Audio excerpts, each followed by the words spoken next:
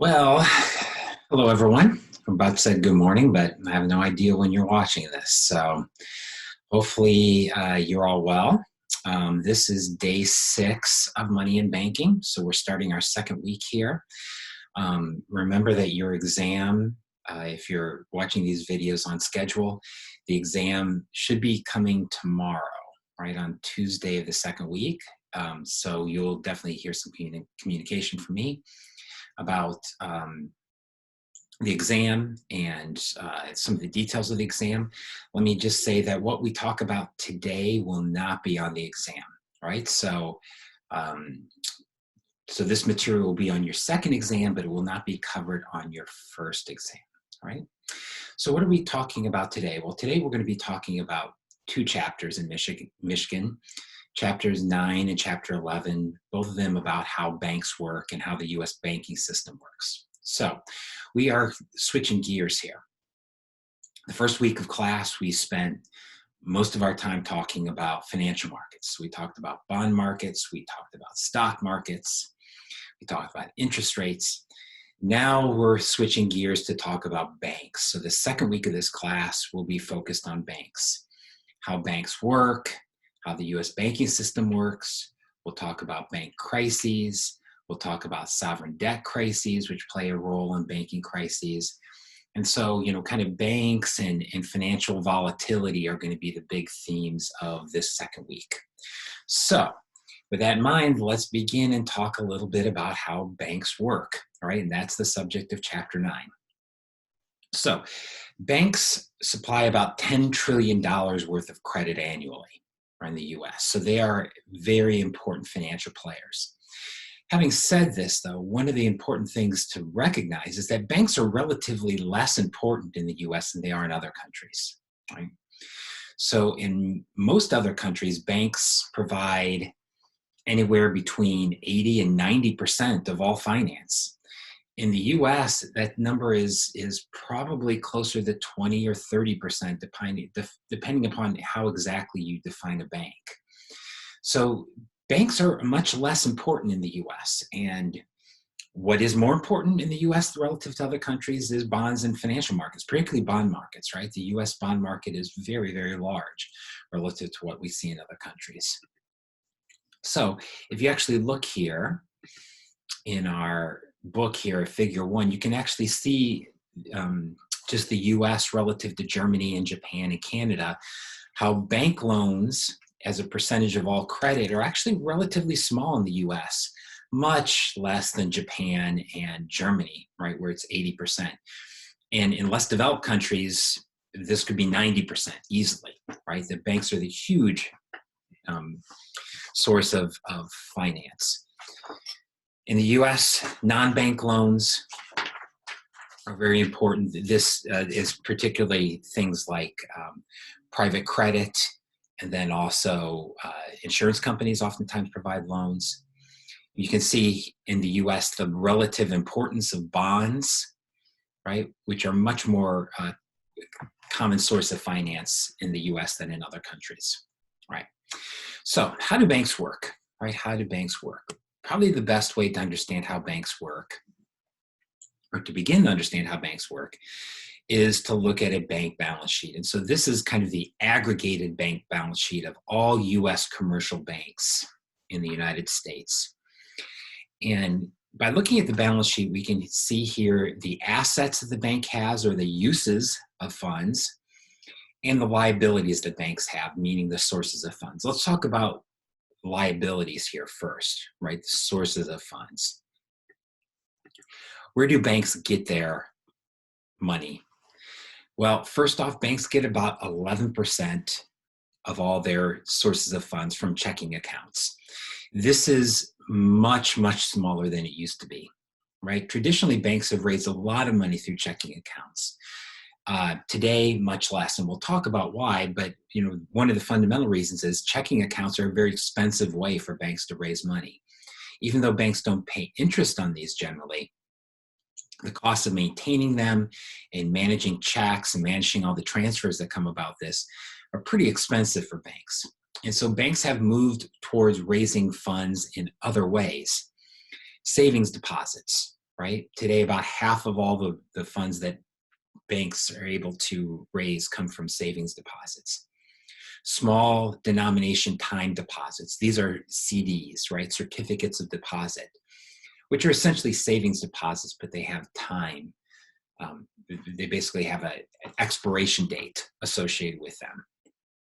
Large denomination time deposits, these are larger certificates of deposit, typically issued to financial markets. These are about 10%. Borrowings could be from other banks or from other institutions, is about 17%. And then bank capital. And bank capital is a bank stock, right? It's equity, right? What the owners of the bank, the shareholders, have put into the bank. And you'll see that this is about 11% of all the funds that banks raise. So that's how banks raise money. And for the most part, you'll notice here that most of this borrowing is short term, okay? So banks have to continually borrow money over and over again, right? In the sense that, you think about a savings account, banks are always borrowing through that savings account, right? People pull money back in, and the bank always has to be kind of essentially attracting savers to keep their money in the bank, right? It's not like a bond where you could be locked in for 20 or 30 years. People could withdraw their money anytime. And so as a result, banks borrow very, very short term. Now, what do they do with their funds? Well, about 14% of banks' funds are held here by reserves and cash items, right? So what are these reserves and cash items? A lot of these reserves are reserves that the bank has to hold at the Federal Reserve, okay? So banks hold reserves, oftentimes deposits at the Fed, and we'll talk about this more. But those are the required reserves that banks have to hold, right? So banks have to hold a certain percentage of their checkable deposits as reserves at the Fed. And so if you add these reserves and then other kind of cash items, 14%. Banks also hold securities, particularly US government and agency securities, right? This would be T-bills, right? T-bills are often referred to as secondary reserves, right? And why would we call these secondary reserves? Because they're so liquid, right? They're so liquid that these are things that the bank could turn into cash very quickly if they need to. Banks also tend to hold municipal bonds, right? Banks also tend to hold municipal bonds. And then, for some reason, I apologize, I think I've cut off the second part of this table.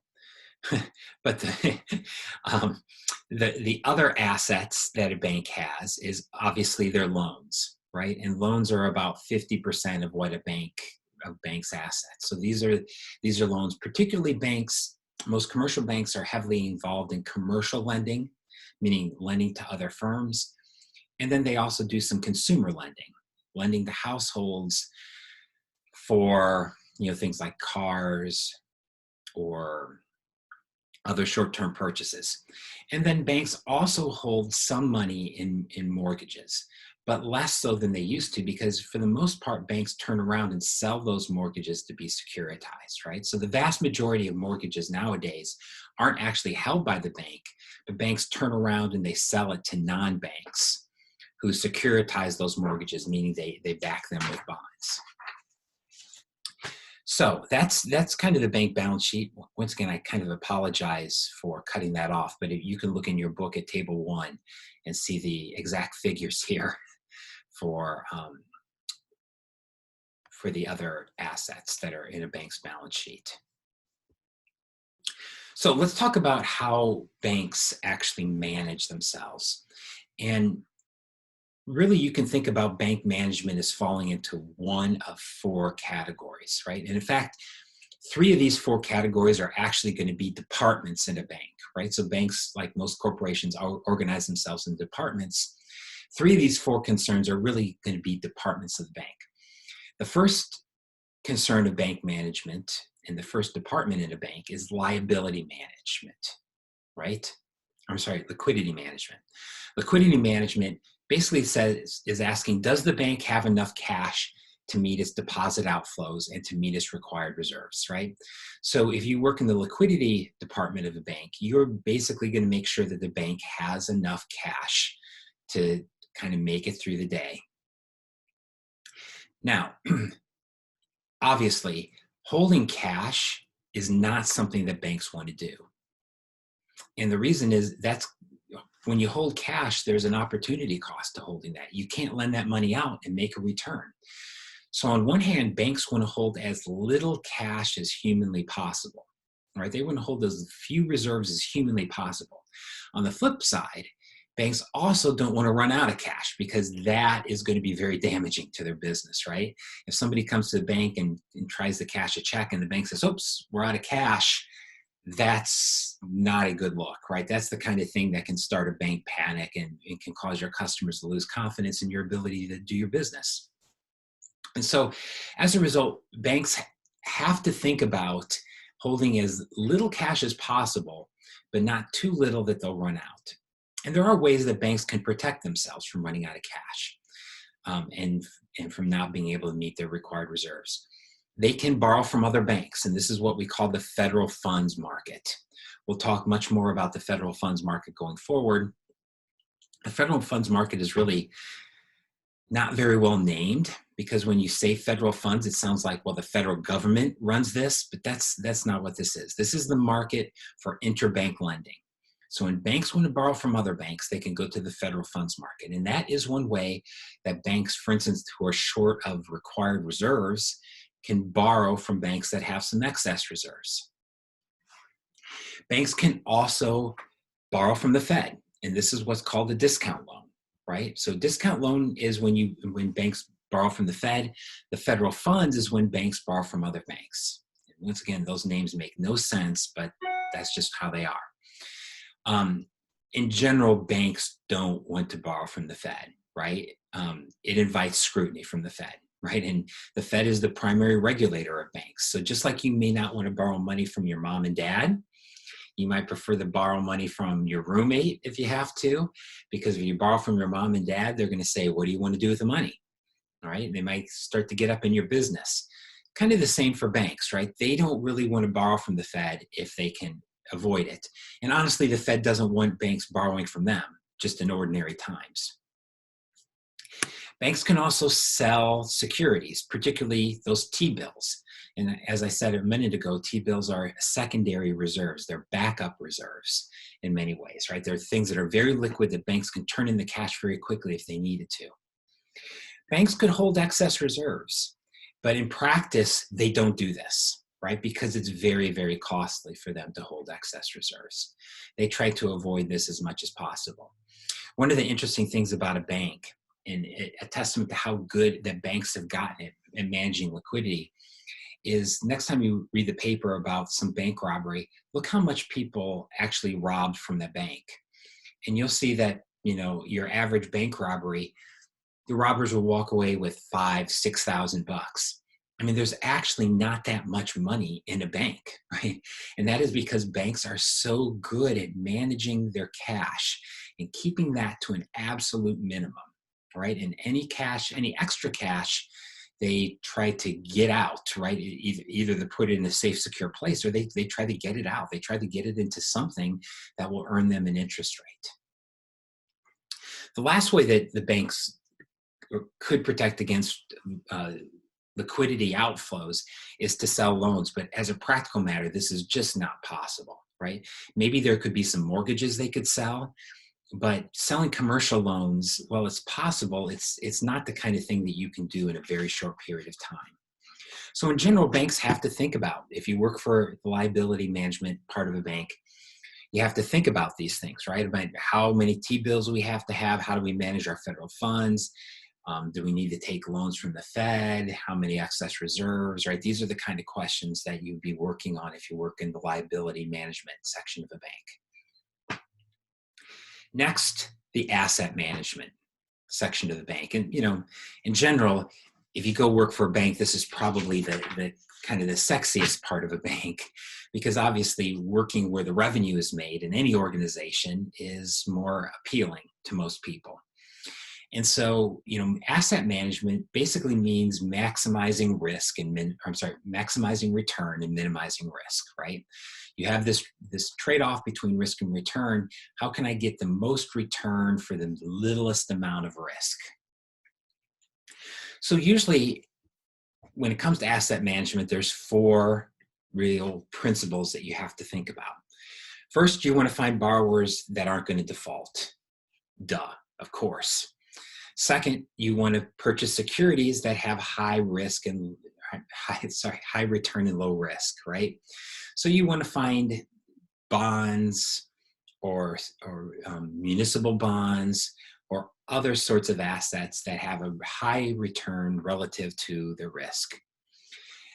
Third, you need to diversify, right? In terms of who you lend money to, right? You need to diversify. As I say here, this is often very hard for small banks. And so one of the things that is true about small banks is that they're often not very diversified. And this leads to risk, right? Small banks in many ways are very vulnerable to economic downturn. So think about in Mount Vernon, a bank like Hills Bank, which basically operates in eastern Iowa in a relatively small triangle, right, between Iowa City and Hills, Iowa, and Mount Vernon. How diversified can you be? Not really. Not really. I mean, Hills Bank works a lot with farmers, and it's very closely tied to the farm economy. It's also closely tied to the University of Iowa, right? Because a lot of our customers are associated with the university. So they're a little diversified, but they're not diversified in a way that a big bank, right, that has bank branches across the country is. And so this is a real concern for many banks, is how do we get diversified? And in many ways, banks will never be diversified in the same way that you can diversify your portfolio by buying bonds or stocks, right? So in other words, when I'm saving for retirement, I'm actually probably going to be more diversified than a bank is going to be, because banks have to kind of operate where their customers are, and their customers may not always be the most diversified group. And then finally, when you think about asset management, one of the components of risk is liquidity, right? You can't get too illiquid. You can't invest in too many things that you couldn't sell if you need to, right? Because it's very important to maintain some liquidity. And so you can't just hold a bunch of assets and not hold any T-bills, because those T-bills are always going to be an important part of your portfolio if you're a bank, because they give you some liquidity. Okay. The third area of bank management is liability management. This is basically acquiring funds at low cost. This used to be the most boring area of a bank, right? That you kind of issue checking accounts and that was it, right? So if you had some workers of the bank that weren't too sharp, you'd probably put them in the liability management part of the bank. Today, though, this is a much more dynamic aspect of banks, right? The banks have gotten into raising money in a lot more diversified ways than just issuing checking accounts. Today, they have money market accounts. Money market accounts are essentially mutual funds that hold very short-term bonds, like commercial paper or negotiable CDs. And so when I deposit my money at a money market account at my bank, that account then goes into a mutual fund that earns an interest rate, right? And so it's essentially like a savings account, but I'm not really saving with the bank so much as I'm saving money in a portfolio of very liquid assets. And these are very attractive to savers, right? Chances are when you get out and start having a job, you'll hold some of your money in a money market account because they pay a little bit higher interest rate than just your typical savings rate. Banks have gotten into negotiable certificates of deposit. So in other words, banks issue short-term bonds. Banks have gotten into helping firms issue commercial paper. Euro dollars, right? We've talked about what this is. This is dollar accounts held outside of the US. So for instance, many banks in the US actually borrow dollars from German banks in Germany, right? Because there's people in Germany who have dollars and hold dollar accounts. And so these are actually a way for US banks to borrow dollars even outside of the US. Why are checking accounts fallen in importance for banks? Well, checking accounts are really expensive, right? They're really expensive and they're also highly regulated, and you have to keep required reserves on them. And so all those things together really make checking accounts a pretty expensive way of raising money for banks. And so banks have tried to get away from that as much as possible, right? As much as possible. Now, that's really the first three areas of liability management. Next, we need to talk about the fourth, which is really not so much a department of the bank, but it'd be something more of the concern of the CEO and the board, and that's capital adequacy. Do we have enough capital to keep this bank running? But before we talk about that, this is probably a good place to break for our end our first section of this today's lecture. So we'll be back in a moment with section 2.